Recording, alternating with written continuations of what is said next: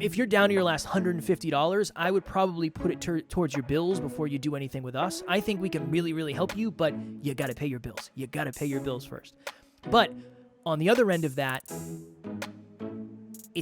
let's just not use it as an excuse not to try to do better. That's all. It's just that fine line, that very fine line. If you were to do this analysis, look at what you're spending money on and realize, holy crap, my Thrive bucket is completely empty. Maybe you start small. Maybe you start group coaching or get a new book or whatever it is.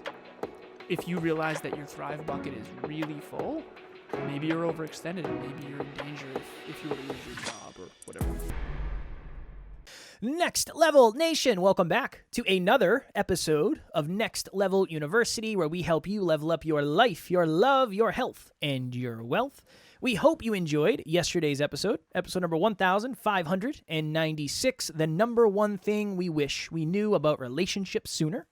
Today, for episode number 1597, happy Tuesday if you're listening to this on the day it drops, 3 places your money is going. As we mentioned in a previous episode, health, wealth, life, and love. Those are the pillars of Next Level University. And I realize we don't talk about money, wealth, making money, whatever it is, our relationship with money, as often as we do other things. So Alan and I were talking, and I said, what do you think we can do for a valuable episode on wealth, on money? And he said, actually, Emilia and I were having a conversation, and I think that would make a very good podcast episode.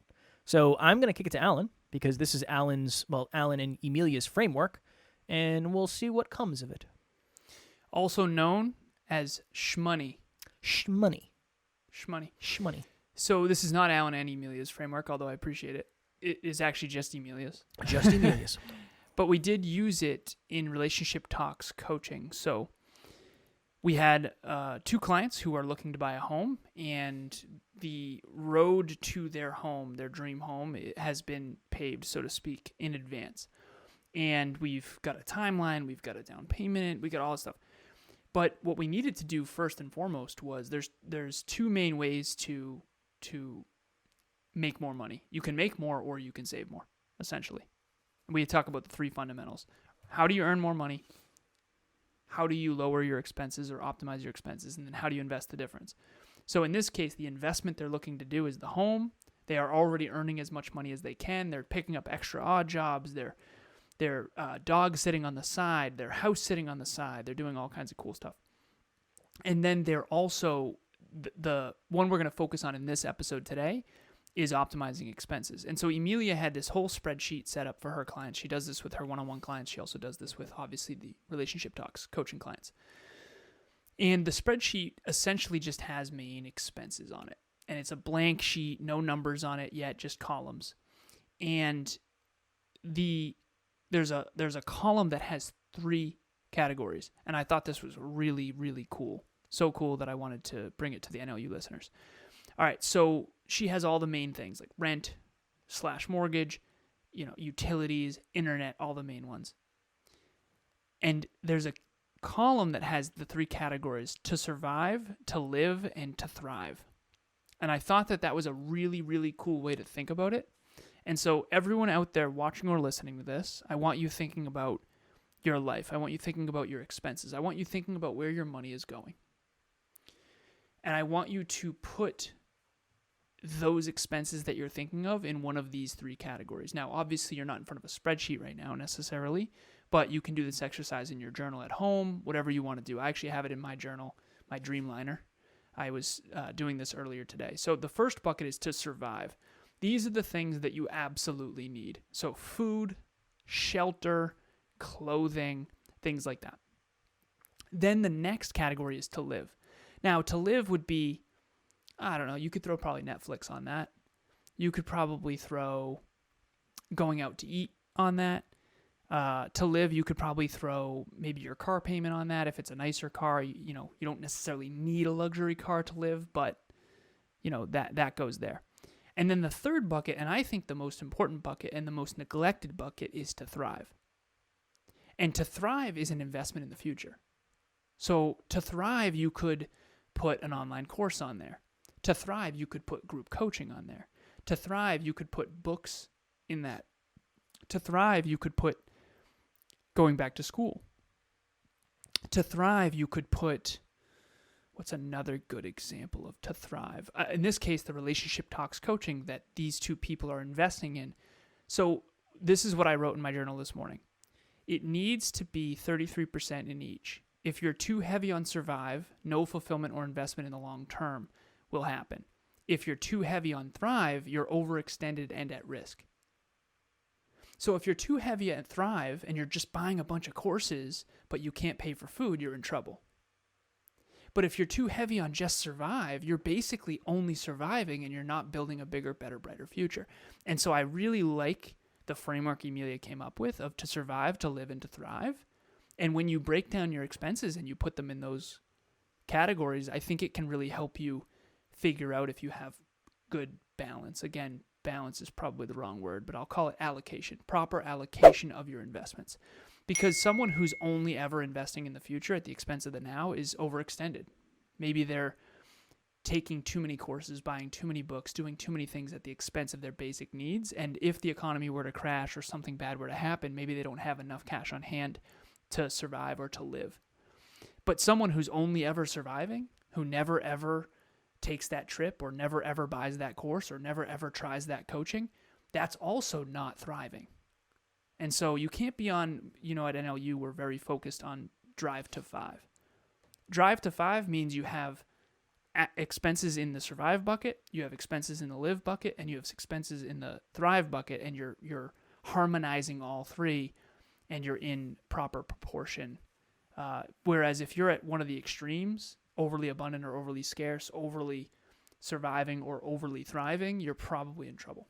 And I guess you could probably say that it's the old sliding scale, where Definitely. depending on where you are, your ability to thrive, I don't want to say your ability, the depths to which you're able to thrive are going to be connected to where you are in terms of surviving. I know there's times where I would buy like a $9 book or maybe a $20 book, but I wasn't going to go much higher than that in terms of where I was going to try to thrive because I was struggling financially. And I was more worried about, okay, these are the bills that have to get paid with what I have left over, which back then was less than zero. There was not enough money to cover those bills, never mind anything else. I wouldn't pour into the thrive bucket as much. But as that started to pivot and there was a little bit of money left over, that's when it was, okay, let's do this, let's do this, let's do this. I remember when we got the podcast studio, we had a podcast studio during COVID, but that was one of those things where that was tight for us at the time. Mm-hmm. It was like $550 a month, and we said, I think it'll be worth it for the future, but in the short run, it's just going to cost us money. But we're at a time where I feel like we're safe enough to be able to do that and not be overly scarce. That was in the thrive bucket. Yeah. The thrive bucket is about the future, investing in the future. The live bucket is investing in the now, and the survive bucket is basically just making sure you're staying afloat. And a good example of this would be if Kevin and I suddenly hired 10 random new people and we overextended and that was a bunch of money that we couldn't afford and we were trying to build the future on that, that would be very dangerous because if we lost a couple clients, we might be in trouble, that kind of thing. It's overly scarce. Whereas if we never invest in team and we do everything ourselves just to survive, we're never going to build the bigger, better, brighter future. And NLU is not going to grow. And so the two ways businesses fail, but also the two ways humans fail, is they either grow too fast or too slow. You're either not investing in yourself at all, no books, no courses, no coaching, no therapy, and you're just surviving and not really thriving, or you're overly focused on buying all that stuff and spending too much money at the expense of your own survival. And again, it ebbs and flows, and it depends on your core values. It depends on what you value in terms of variety and fun, unique experiences. Maybe survive for you is a trip once a quarter. Whereas for me, that's not survive. Survive for me is I'm not renting a movie. That kind of thing. And so it depends on each person. But at the end of the day, I think it's a really cool, if you were to do this analysis, look at what you're spending money on and realize, holy crap, my thrive bucket is completely empty. Maybe you start small. Maybe you start group coaching or get a new book or whatever it is.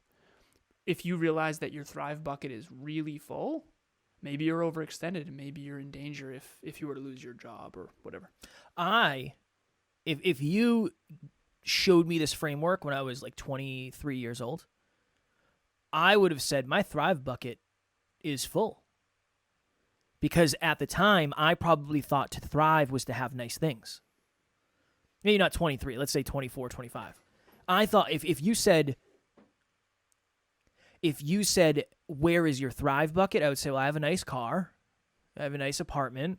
I have a lot of money in the bank. Like, I'm great. I am thriving right now, for sure. So even that label, I think, is super helpful. I was living, and I was living pretty well, but I thought that was to thrive. How would you categorize it now? Because I would say that's more living. Yeah, I would say living. I would say living. Most of what I was doing was really good for the present, but not good for the future. It made me feel really good in the present. But it did not set me up for a successful future. So even redefining what that means to you. Yeah. What does thrive mean to you? Because I think for a lot of us, we think, at least I'll speak for myself, I'm doing really well now. That's what I used to think of when I would think of thriving. Thriving is to succeed, quote unquote. But to your point, if you're looking at it in a vacuum and it's right now, that doesn't necessarily mean you're going to be thriving 2, 3, 4, 5 years from today. But I remember when you and I had a conversation very early on, and I said, I don't know, man, I don't really get it. Like, why should I read? This was a serious conversation, and maybe you've dealt with the same thing, whether you're watching or listening. I just couldn't fathom how a book was going to help. It didn't make any sense to me. I could not grasp it. So I was not really set up to have long-term thriving success back then like I am today. Next Level Nation, what is happening? If you've thought to yourself, I want to try coaching, but you don't really know where to start, group coaching would be a wonderful place for you. That's really why we created it in the first place. We start a new round every 90 days. So if you're hearing this, go to the website, nextleveluniverse.com, and we have the landing page where you can actually hold your spot right now. Even if there's a group going on right now, you can still lock your spot for the next one. The biggest thing that we've seen is as we get closer and closer to the date, unfortunately, some people end up missing. The group fills up and they can't do it, and then they end up regretting that. So please head over to the website. The link will be in the show notes, and we would love to see you there. I remember back in college, I was absolutely broke. I remember I painted up in Maine for $8 an hour, and it was just struggle bus because I had so little money in college. And I remember some of my friends from home, they had full-time jobs, and they had what seemed like a lot of money. They leased cars, they had new cars, that kind of thing. And I was broke. I drove like a, I don't know, $2,800 car or something like that. And I remember I used to think back then, well, my education's really expensive. Fortunately, I got scholarships and financial aid, and my mom helped a bit. But I was going into debt, and I was paying a lot of money to go to WPI. But I remember thinking, like, one day, this is all going to pay back and then some, right? It's just like someone, going to medical school, right? I mean, it's a ton of money up front. It's a ton of time and effort up front. There's very little return. But later on, they end up very successful. And so thrive is a lot of times actually deceiving. Someone who's thriving might look like they're not thriving. Yeah. And I think that's, if you saw me in college junior year when I was painting houses in Maine, I'm actually writing a blog about this right now. And you would not have thought I was thriving. But 3 years after that, I was making 6 figures. And it's a drastic increase when you spend 4 or 5 years in college. I stayed for my master's, and you're basically just trying to survive through college, and you're investing in your own education, you're investing in the degree, you're investing in your future, you're investing in your career, you're investing in your resume, you're going to career events, and you're interviewing. I remember I interviewed so many different places, and it's interesting because all of that is working toward thriving, not necessarily living. And I lived in college too. I found ways to have a good time for sure. But at the end of the day, thriving can be deceiving. So just remember that. And a lot of people think of going to college as an investment in their future, but people don't necessarily think that way of buying a book. I spent $59.99 this weekend on Audible because now they let you do 5 credits at a time, I think. Yeah, 5 credits at a time. And I think it's more expensive on the iPhone. I think Apple takes a cut. I'm not sure. I probably should have just got on my laptop because I probably would have saved $4 or whatever. But the point is I just had this book that Emilia recommended, and I just was like, okay, let's do it. I trust it. I trust that investment in my brain is gonna pay off. But remember, the Thrive bucket sometimes takes a long time to pay off, and there is no immediate return. If anything, it's actually an immediate hit. Well, I guess if you think about it, when you're surviving, it's an immediate hit. So it's almost the opposite. When you're trying to thrive, it should take a while. If you think about it, if we're thinking about it on like I'm not going to talk about the Libra scale because I can never explain it, but if you're thinking about it on a spectrum, survival is super short term, thriving is super long term. Yep, and you need both. Yeah. Kev and I used to have a healthy discord in business about long term versus short term and which one's more important. And I would say, brother, the long term is so important. You got to think long term. You got to XYZ. And he's like, yeah, but if we die on the way, he's like, what if there's holes in the ship, man? You got to plug the holes. That was always my fear. We're headed for the horizon. That was always my fear. We might see the horizon as this ship is going down. Get a good view of it. Yeah, the truth of the matter is Kevin was naturally inclined for survival. I was naturally inclined for thrive. And we needed each other to balance out. And again, there's that word balance. I don't mean balance as 50-50. I mean, in different chapters, there's going to be a different level of, like, if you don't have any money and you're bootstrapping, obviously I'm not saying to go buy a $12,000 course. I don't think that's a good idea. Mm. What I do think is a good idea is be strategic. Like, if you're surviving and you're struggling paycheck to paycheck, but you can afford maybe a $20 book, start there, and just make sure that you don't have any of the buckets completely empty. Because if you're only surviving and you're not living at all, you're also going to be deeply unfulfilled, and that's not sustainable either. So, and if you're really, really, really, we've talked about this before. Circumstance matters, but we can use it to a point where it holds us back, and we can live behind the circumstance, and it can be an excuse. But there's also the other side of that where circumstance really does happen, and sometimes you lose your job, or there's a death in the family, or your car breaks down, and crap hits the fan and you're in a very, very scarce place. YouTube is free. There's a lot of free things out there if you want to thrive on a budget. There's a lot of real, there's podcasts, a million podcasts now, there's more than that, but a lot of these podcasts have really good information. You can probably find books at used bookstores for super cheap, maybe a couple bucks. Tara and I went to a used bookstore, and I think I got like 5 books for $15 or something. But YouTube, there's so much on YouTube. Alan and I were having a discussion maybe last year, and I said I want to learn more about math because at the time I was doing the CFO stuff, and I was watching courses from MIT on YouTube, totally free. And I was thinking to myself, I can't believe this is free. This is wild to me. Did I have any idea what they were talking about? No, not at all. But it was cool that I had the opportunity. You started at the I started at a top of the mountain. Yeah, man. I started at the wrong place. But my only point with that is, no matter how stuck you might feel, no matter how much you're just trying to get through, there are some options out there. To Alan's point, some people would say, I don't care if you're broke, spend your last $12,000 on a course. No, I don't think so.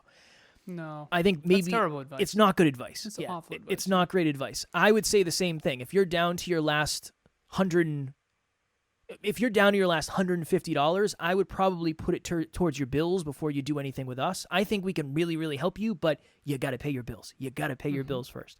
But on the other end of that, let's just not use it as an excuse not to try to do better. That's all. It's just that fine line, that very fine line. That would be my long, overly drawn out next level nugget. Earlier today, last thing I'll share, I told Kev that I've been really enjoying Jim Collins' books about business, How the Mighty Fall, Good to Great, all these different books. And he's like, does he have any online courses? And I was like, I don't know why I haven't checked. I've been on YouTube and I didn't find a lot on there. We went to his website. There's a bunch of free stuff on there. Yeah. Yeah, so there's a bunch of free stuff for those of you who are struggling. Now, tiny caveat, I do think that typically speaking, the free materials are not quite as good as the monetized ones, but that doesn't mean it's not a great place to start. NLU included, right? This podcast is free, and that's on purpose. That doesn't mean it's as valuable as group coaching. Group coaching is more custom. We can talk to you directly. We can get to know you directly. We can have you do homework. We can have a guidebook. It's much more interactive, and it needs to be that way. But I started with all free content. I remember back after my car accident 9 years ago, I went all in on YouTube. I mean, motivational videos. I still have many of them. I started there. So it's a great place to start. And then the more and more you grow from that content, the more and more successful you'll become, then the less and less broke you'll be, and the more and more you can invest in your Thrive bucket. And so, maybe you start right now with 5% in Thrive and, 45% in Live and 50% in Survive. And then little by little, year by year, you can put more in Thrive, more in Thrive, more in Thrive, more in Thrive, and then start thriving. And then the percentages stay the same. Eventually it's 33, 33, 33. But the numbers get much bigger. And I know I promise the last thing I say, but I always say things like this. I don't know if it lands or not, but a company like Google has a department called Research and Development, and they take 20% of their revenue and they reinvest it in research and development. Research and development is just essentially, how do you innovate better and better products? How do you invest in the best scientists and the best data and the best tools? My point is, if Google's going to invest in themselves in order to grow, why are we any different? And so hopefully that lands in a new way for people. But all businesses have to reinvest in order to build a bigger, better, brighter future. I think the same is true for all human beings. You have to do that with your home. You renovate your kitchen, you renovate your bathroom, you do the downstairs, you landscape, so that when you resell the house, it's higher value. And the same goes for you in the economy, and it's the same concept. So hopefully you have enough self-worth to really take that 5% and put it back into your own personal development. It is a practice for sure. It is a practice, and it is a learning curve, especially if you're dealing with self-worth. Maybe we'll do an episode on that in the future, how your self-worth is connected to your money mindset. There's got to be something there. Definitely. You dig it? Next Level Nation, if you are looking for something that's free, that is valuable, and a great opportunity to meet other amazing people like yourself who are into growth, into having conversations like this, sometimes conversations around money can be uncomfortable. Even as two podcast hosts, it can be weird to talk about money at times, just because you don't know where people are and how people are going to respond to the words you say. But we have a private Facebook group called Next Level Nation, and it is all about this, all about how to get to the next level, the unique level of success in your life. Link will be in the show notes. As always, we'd love to have you there. It has gotten better, though. Talking about money used to be more uncomfortable. I feel much more comfortable these days talking about it. So. I feel I put a lot of that on, yes, we've done a lot of work. So, yes, kudos to you and I for doing a lot of work, but I feel very safe with our community. That's a big piece for me. Same, 100%. Okay, so we also, speaking of community, we do monthly meetups every single month for the new listeners. This is for you. For the old listeners, I hope you join us. Old listeners, I don't like saying that. Listeners who have been with us for a long time, you know about monthly meetups because we've done 26 of them. 3 words you need to remember if you want a next level relationship. I did not practice these 3 words to the extent that I wish that I had in the past, and these 3 words have become the foundation of the way I handle my relationship with Emilia, and they have been absolutely critical. I hope that you join us. You can keep your camera on. You can mute your mic. You can participate as little or as much as you'd like. The registration link is in the show notes. It is the Love Month. Valentine's Day is coming up, and we want to make sure you are prepared to have the best love month possible. Tomorrow for episode number 1,598. Almost there. Gonna hit 1,600 this week. 2 questions to ask yourself when you are down. If you noticed any lack of energy from me in this episode, I am riding the struggle bus in this very moment, and that was the inspiration to do that episode tomorrow. There's a lot of stuff up in the air, so that episode will either be darker and more sad or upbeat and happy. We don't know yet, but we'll know more probably tomorrow. So tune in to find out. As always, we love you. We appreciate you. Grateful for for each and every one of you. And at NLU, we don't have fans. We have family. We will talk to you all tomorrow. Keep dialing in your money. Next Level Nation.